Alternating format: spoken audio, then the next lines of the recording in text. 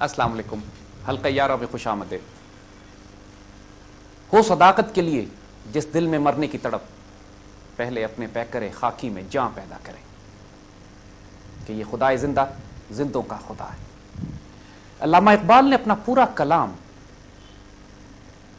جس نسل کے لیے لکھا، اس نسل نے پاکستان بننے کے بعد آنا تھا۔ اقبال وہ نسل کی تعمیر کرنا چاہتے تھے کہ جس کے ذریعے اللہ سبحانہ و تعالیٰ امت رسول صلی اللہ علیہ وآلہ وسلم کو عروج عطا فرمائے گا، اس خلافت کا احیاء کرے گا کہ جس کے بعد ایک ہوں گے مسلم حرم کی پاسبانی کے لیے نیل کے ساحل سے لے کر تا بخا کے کاشغر انشاءاللہ۔ اپنی اسی نوجوان نسل کی تربیت اب ہماری ذمہ داری ہے، اور اپنے ان بچوں کے ساتھ اسی حلقہ 11 میں ہم اقبال کے کلام سے فیض لیتے ہوئے انشاءاللہ ایک نئی نسل کی ایک نئی صبح کا آغاز کریں گے انشاءاللہ۔ علامہ اقبال فرماتے ہیں اپنی خوبصورت نظم میں، جو نظم ہے ایک نوجوان کے نام،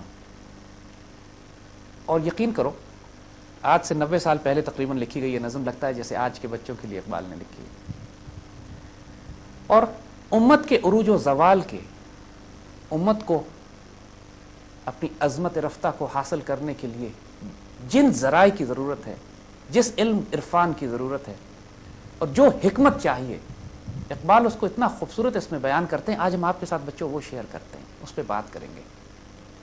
پھر وہ تمام، کیونکہ ہمارا موضوع جس وقت چل رہا ہے وہ یہ کہ اقبال جس خودی کی بات کرتے ہیں، اقبال جس فقر کی بات کرتے ہیں، فقر غیور کی، عشق حقیقی عشق رسول کی بات کرتے ہیں، معرفت قرآن اور عرفان قرآن کی بات کرتے ہیں، اس کو آج ہم کس طرح حاصل کریں۔ آؤ بسم اللہ۔ امت کے زوال کے لیے، امتوں قوموں کا جو زوال ہوتا ہے اس کی ایک بڑی لمبی داستان ہوتی ہے۔ اقبال نے جس طرح ایک شعر میں اس کو سمیٹا ہے، آؤ تمہیں سنائیں تاریخ امم کیا ہے، آؤ تمہیں سنائیں کہ امتوں کی تاریخ ہوتی کیا ہے، قوموں کے عروج زوال کے اسباب ہیں کیا، قومیں کیسے رائز کرتی ہیں، کیسے فال کرتی ہیں۔ آؤ تمہیں سنائیں تاریخ امم کیا ہے، شمشیر و ثنا اول طاؤس و رباب آخر۔ یعنی شروع میں ان کے جو بڑے ہوتے ہیں وہ جفاکش ہوتے ہیں، دلیر ہوتے ہیں، شجاع ہوتے ہیں، شمشیر اور عزت اور آبرو کی اپنی حفاظت کرنا جانتے ہیں۔ صلاح الدین ایوبی نے یہ فرمایا کہ میں نہیں جانتا کہ اسلام تلوار سے پھیلا یا نہیں، لیکن میں یہ جانتا ہوں کہ اس کے دفاع کے لیے تلوار کی ضرورت ہے۔ ہمارے بزرگوں کا طریقہ کار یہی تھا، ان کے پاس دیکھو تو پھٹے پرانے کپڑے تھے، ان کی تلواریں مضبوط نہیں تھیں، ان کے پاس سپلائی لائنز نہیں ہوا کرتی تھی، لیکن وہ جانباز دستے جب قافلہ حجاز نکلا تھا، حجاز سے، اور جا کے جو رومن اور پرشین امپائر سے ایک ساتھ ٹکرایا تھا، انسان کی عقل میں آنے والی بات نہیں ہے، جس پر اقبال نے کہا کہ وہ غازی وہ تیرے پراسرار بندے جنہیں تو نے بخشا تھا ذوق خدائی۔ وہ خدائی ذوق رکھنے والے لوگ تھے، قہاری بھی تھے، غفاری بھی تھے، قدوسی بھی تھے، جبروت بھی تھے۔ ان کا آپس میں ہوتے تھے تو حلقہ 11 تو بریشم کی طرح نرم، اور رزم و حق و باطل فولاد ہوتے تھے۔ ان کے بارے میں کسی نے کہا کہ رہبان باللیل و فرسان بالنہار تھے، وہ رات کو لگتا تھا راہب ہے، دیکھو دنیا سے کام ہی کوئی نہیں، ساری ساری رات کھڑے ہو کے صرف عبادت کر رہے ہیں، جیسے دنیا سے واسطہ تعلق کوئی نہیں، اور دن میں فرسان باللیل، دن میں دیکھو تو فرسان بالنہار، دن میں دیکھو تو لگے کہ صرف پشت، گھوڑے کی پشت پہ ہی زندگی گزرتی ہے۔ امت رسول صلی اللہ علیہ وآلہ وسلم میں جب بھی میرے بچوں کبھی عظمت اور عروج ہم نے حاصل کیا ہے، وہ جفاکشی سے، جرأت سے، دلیری سے، شجاعت سے۔ آؤ تمہیں سنائیں تاریخ امم کیا ہے، شمشیر و ثنا اول طاؤس و رباب آخر۔ آخری دور میں ناچ گانے کی محفلیں، موسیقی، فنون لطیفہ، آخری دور کے اندر تناسانیہ، عیاشیاں، فزیکل کمفرٹس، لگژریز۔ اللہ کے بندے جب معاشرے کا یہ حال دیکھتے ہیں نا تو ان کو معلوم ہوتا ہے کہ قوم کے زوال کا وقت آ گیا ہے، اور جب نوجوانوں کو یہ دیکھتے ہیں کہ نوجوان اب جفاکشی سے، جرأت سے، ٹف رف زندگی گزارنے کے عادی ہو گئے۔ کسی یہودی نے کوئی سٹیٹمنٹ دیا تھا کہیں کہ جس دن فجر کی نماز میں اتنے مسلمان ہوں گے جتنے جمعے کی نماز میں ہوتے ہیں، اس دن سے مسلمانوں کا عروج شروع ہو جائے گا۔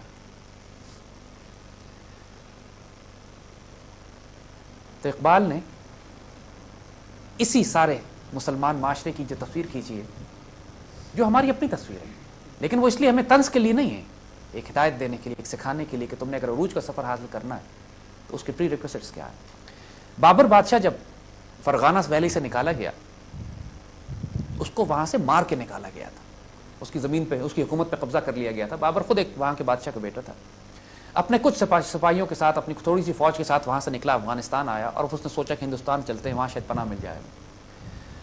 تو ہندوستان کے راستے میں افغانستان میں رات کے وقت ایک وادی میں پھنس جاتے ہیں اور شدید برف باری شروع ہو جاتی ہے، اور اس برف باری کے نتیجے میں خطرہ ہوتا ہے کہ پوری فوج اب برف میں ہی تباہ ہو جائے گی۔ تو اس کے سپاہی اپنے بادشاہ کو بچانے کے لیے، بابر کو بچانے کے لیے ایک پہاڑ میں غار چھوٹا سا تلاش کرتے ہیں، اور اس کے اندر آگ جلاتے ہیں، اس میں پردہ ڈالتے ہیں، اور کہتے ہیں کہ بادشاہ آپ یہاں پہ بابر آرام کیجئے اور ہم تکلیف اٹھا لیں گے، لیکن آپ کو سکون ہونا چاہیے۔ تو بابر نے اس وقت تاریخی جملہ کہا تھا، ہما یارا دوزخ ہما یارا جنت، میں دوستوں کے ساتھ دوزخ میں رہوں گا، دوستوں کے ساتھ جنت میں رہوں گا۔ اور ساری رات کھلے آسمان کے نیچے اس نے برف میں گزاری، گھوڑے کی ننگی پیٹھ پہ سفر کرتے تھے وہ، آسانیاں، عیاشیاں، آرام۔ نتیجہ یہ تھا کہ پھر آ کے انہوں نے وہ سلطنت، خود نکالا گیا اپنی سلطنت سے، اور آ کے ہندوستان میں ایک سلطنت ایسی قائم کی جو کئی سو سال۔ اور مغلوں کا آخری دور کیا تھا؟ آخر میں حال یہ تھا بچوں کہ مغل سپاہ سالار اور بادشاہ پالکیوں میں بیٹھ کے، ڈولیوں میں بیٹھ کے میدان جنگ میں جاتے تھے۔ حال یہ ہو گیا تھا کہ صرف مردوں کی فوجوں کے بجائے ہجڑوں کی فوجیں بنائی گئی تھیں۔ یعنی جب یہ المیہ پہنچ جائے تو پھر انگریزوں کا مقابلہ کون کرے گا، پھر مرہٹوں کا مقابلہ کون کرے گا، پھر تو زوال آنا ہی آنا تھا، پھر تو تباہی آنی تھی۔ یہ تو آنی جانی چیز ہے، یہ تو قدرت کا قانون ہے، جو بھی دنیا کی تقاضے پورے کرے گا۔ آج کی دنیا میں جس قوموں نے ظاہری طور پہ دنیا میں ترقی کی ہے، محنت سے کی ہے، جان مار کے کی ہے۔ چائنیز کو دیکھو، جب ماؤ زے تونگ نے 1000 میل کا جو لانگ مارچ ان کا ہے، پیدل سفر کیا انہوں نے پورے چین میں، ایک جگہ سے دوسری جگہ، انقلاب برپا کیا، اور چینیوں کا حال یہ تھا کہ 18 گھنٹے بغیر تنخواہ کام کرتے تھے۔ پوری قوم کا یہ عالم تھا۔ اور آج دیکھو ہمارے بعد آزاد ہوئے ہیں، اور آج دنیا کی اتنی بڑی اکنامک ملٹری سپر پاور بن چکے ہیں کہ اب امریکہ نظر آ رہا ہے کہ آنے والے چند سالوں کے اندر اس دنیا کی سپر پاور چین ہوگا۔ اقبال قوموں کے عروج زوال میں جب نوجوان مخاطب کرتے ہیں تو یہی پیغام دیتے ہیں، فرماتے تیرے صوفے ہیں افرنگی، تیرے قالین ہیں ایرانی۔ تمہارے جو صوفے ہیں وہ یورپ سے آئے، تمہارے قالین ایران کے ہیں۔ لہو مجھ کو رلاتی ہے جوانوں کی تن آسانی، میں خون کے آنسو روتا ہوں یہ دیکھ کر میرے نوجوان کتنی آسائش آرام طلب ہو گئے ہیں۔ یہ آج سے 90 سال پہلے کی بات ہے۔ یہ وہ وقت ہے کہ جب خلافت عثمانیہ کا زوال ہوا تھا۔ یہ وہ وقت تھا کہ جب پوری امت مسلمہ میں کوئی خطہ آزاد نہیں تھا۔ مکہ، مدینہ، شاید افغانستان تھوڑا سا، پوری مسلمان دنیا اگر غلام ہوئی۔ ایک وقت میں مغل حکومت تو 1857 میں ہی تباہ ہو گئی تھی، غلام ہوئے پورے مسلمان۔ اس کے بعد خلافت عثمانیہ بچی تھی جو آرمینیا، سینٹرل ایشیا سے لے کر کسی حد تک یورپ تک اور افریقہ کے شمال تک پھیلی ہوئی تھی، اس کا بھی 1924 میں زوال ہو گیا۔ خلافت عثمانیہ ختم ہوئی پہلی جنگ عظیم کے بعد۔ مسلمان خون کے آنسو رویا کرتے تھے۔ الطاف حسین حالی نے مصدر سے حالی لکھی تھی، اس میں جو شعر تھا، اے خاصہ اے خاصان رسول وقت دعا ہے، امت پہ تیری عجب وقت پڑا ہے۔ عجیب وقت آ گیا، تصور سے باہر تھا مسلمانوں کے لیے کہ کوئی وقت ہم ایسا بھی دیکھیں گے کہ مسلمان دنیا میں کوئی خطہ آزاد نہیں ہوگا۔ ہم ذلت اور رسوائی کی ایسی حدود پار کر جائیں گے کہ مسلمان ایک لارنس آف عربیہ نکلے گا وہاں سے اور پورے عرب قبائل میں بغاوت کروا دے گا خلافت عثمانیہ کے خلاف، اور عرب مسلمان ترک مسلمانوں کا خون بہائیں گے، ذبح کریں گے۔ خانہ کعبہ کے پردوں میں ترک مسلمانوں کو گولیاں مار کے شہید کیا گیا۔ ایسا المیہ بھی پھر ہم نے دیکھا۔ کعبہ تو ہر دور میں امن کی اور مسجد حرام کہلاتا ہے، وہاں مسلمانوں کا خون بہا۔ جنرل ایلن بھائی جارڈن جاتا ہے اور جا کے جارڈن میں بغاوت برپا کراتا ہے، پورا وہ علاقہ مسلمانوں کے ہاتھ سے نکال دیتا ہے۔ ایک ایک کافر نکلتا تھا اپنی جگہ سے، مسلمانوں کی سلطنت کے تختے الٹتا چلا جاتا۔ اور یہ وہ دور تھا کہ جب کچھ لوگ اپنی عزت اور آبرو بچانے کے لیے قربانیاں دے رہے تھے۔ جو جانباز دستے ہوتے ہیں، جو اللہ سے وعدہ کیے بیٹھے ہوتے ہیں، وہ دیکھتے ہیں کہ نصیب میں لکھ دی گئی ہے شکست، اب تقدیر میں اب لکھ دیا گیا ہے کہ اس قوم کو سزا دینی ہے، جھٹکا لگنا ہے، لیکن وہ کم از کم اپنے حصے کی ڈیوٹی عزت اور آبرو کے ساتھ کر کے نکل جاتے ہیں، وہ بے عزت نہیں ہوتے۔ شیر کی ایک دن کی زندگی گیدڑ کی 100 سالہ زندگی سے زیادہ ہے۔ ٹیپو سلطان کی شہادت کے بعد ہی انگریزوں نے کہا تھا نا آج ہندوستان ہمارا ہے۔ جب تک ٹیپو زندہ تھا دے تھاٹ کہ ہندوستان ہمارے ہاتھ سے نکل جائے گا، اور اس ٹیپو نے بھی دیکھ لیا کہ جب غداری ہو گئی تو پھر اب ذلت کی زندگی ہم نہیں گزاریں گے۔ تیرے صوفے ہیں فرنگی، تیرے قالین ہیں ایرانی، لہو مجھ کو رلاتی ہے جوانوں کی تن آسانی۔ عمارت کیا شکوہ خسرفی بھی ہو تو کیا حاصل، نہ زور حیدر تجھ میں حیدری تجھ میں، نہ استغناء سلمانی۔ تم عمارت کی بات کرتے ہو، تمہارے پاس اگر قیصر و کسریٰ کی بادشاہتیں بھی آ جائیں تو کیا حاصل، کیا فرق پڑے گا؟ کیا فرق پڑے گا اگر تم اتنے بڑے پاورفل بادشاہ بھی بن جاؤ کہ تمہارے پاس نہ حضرت علی رضی اللہ تعالیٰ عنہ کا زور ہے، نہ حضرت ابو ذر غفاری کا، نہ حضرت سلمان فارسی کے استغنا ہے۔ دیکھو بچوں، مسلمان سیکولر اور لادین ریاستیں نہیں قائم کرتے، ہم اس لیے جنگ نہیں کرتے کہ ہم نے حکومتیں قائم کرنی ہیں، ہم اس لیے جد و جہد نہیں کرتے۔ شہادت ہے مطلوب مقصود مومن، نہ مال غنیمت نہ کشور کشائی۔ کشور کشائی کا مطلب ہے ملک فتح کرنا، تو ہم اس لیے نہیں کرتے کہ ہمیں مال غنیمت ملے گا یا ہم بڑی بڑی سلطنتیں فتح کر لیں گے۔ کہ تمہیں اگر ایران کے بادشاہ کی حکومت بھی مل جائے تو کیا حاصل ہے کہ تمہارے پاس حضرت، جب تک حضرت علی رضی اللہ تعالیٰ عنہ کا زور نہ ہو تمہارے پاس، حضرت سلمان فارسی کا استغنا نہ ہو۔ سلمان فارسی کی کہانی معلوم ہے نا، ایران سے نکلے، پتہ نہیں کتنے مذہب تبدیل کیے سچ کی تلاش میں، آخر میں آ کے اللہ کے رسول کے پاس پہنچتے ہیں، اسلام قبول کرتے ہیں۔ اس کے بعد ساری زندگی مسکینی میں گزاری، عاجزی میں گزاری۔ وہاں سارے صحابہ کا یہی حال تھا، ایک طرف سلمان فارسی ہیں، ایک طرف بلال حبشی ہیں، ایک طرف ابو ذر غفاری ہیں۔ فقر ابو ذر مشہور ہے، ابو ذر غفاری کا فقر مشہور ہے۔ ہر صحابی کی کوئی نہ کوئی شان ہے نا۔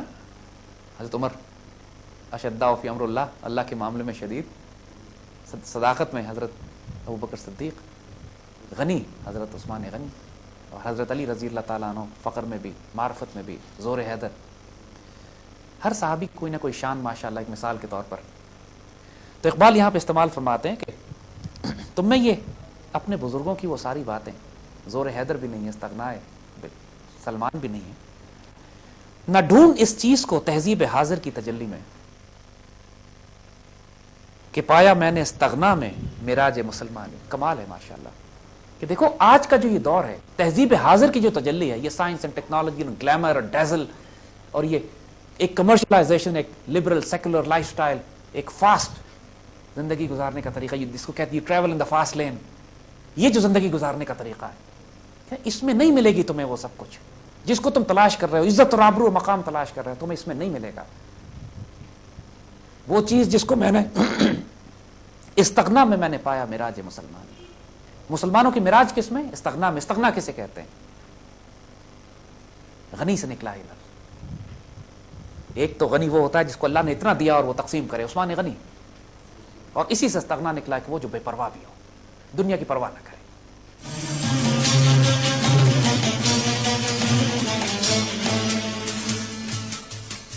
میرے آقا صلی اللہ علیہ وسلم نے جو خاص حکم فرمایا مسلمانوں کو، اس کا مفہوم ہے یہ کہ بہت زیادہ جاگیریں اور جائیدادیں نہ بناؤ، ورنہ تم اس دنیا کے ہو کے رہ جاؤ گے۔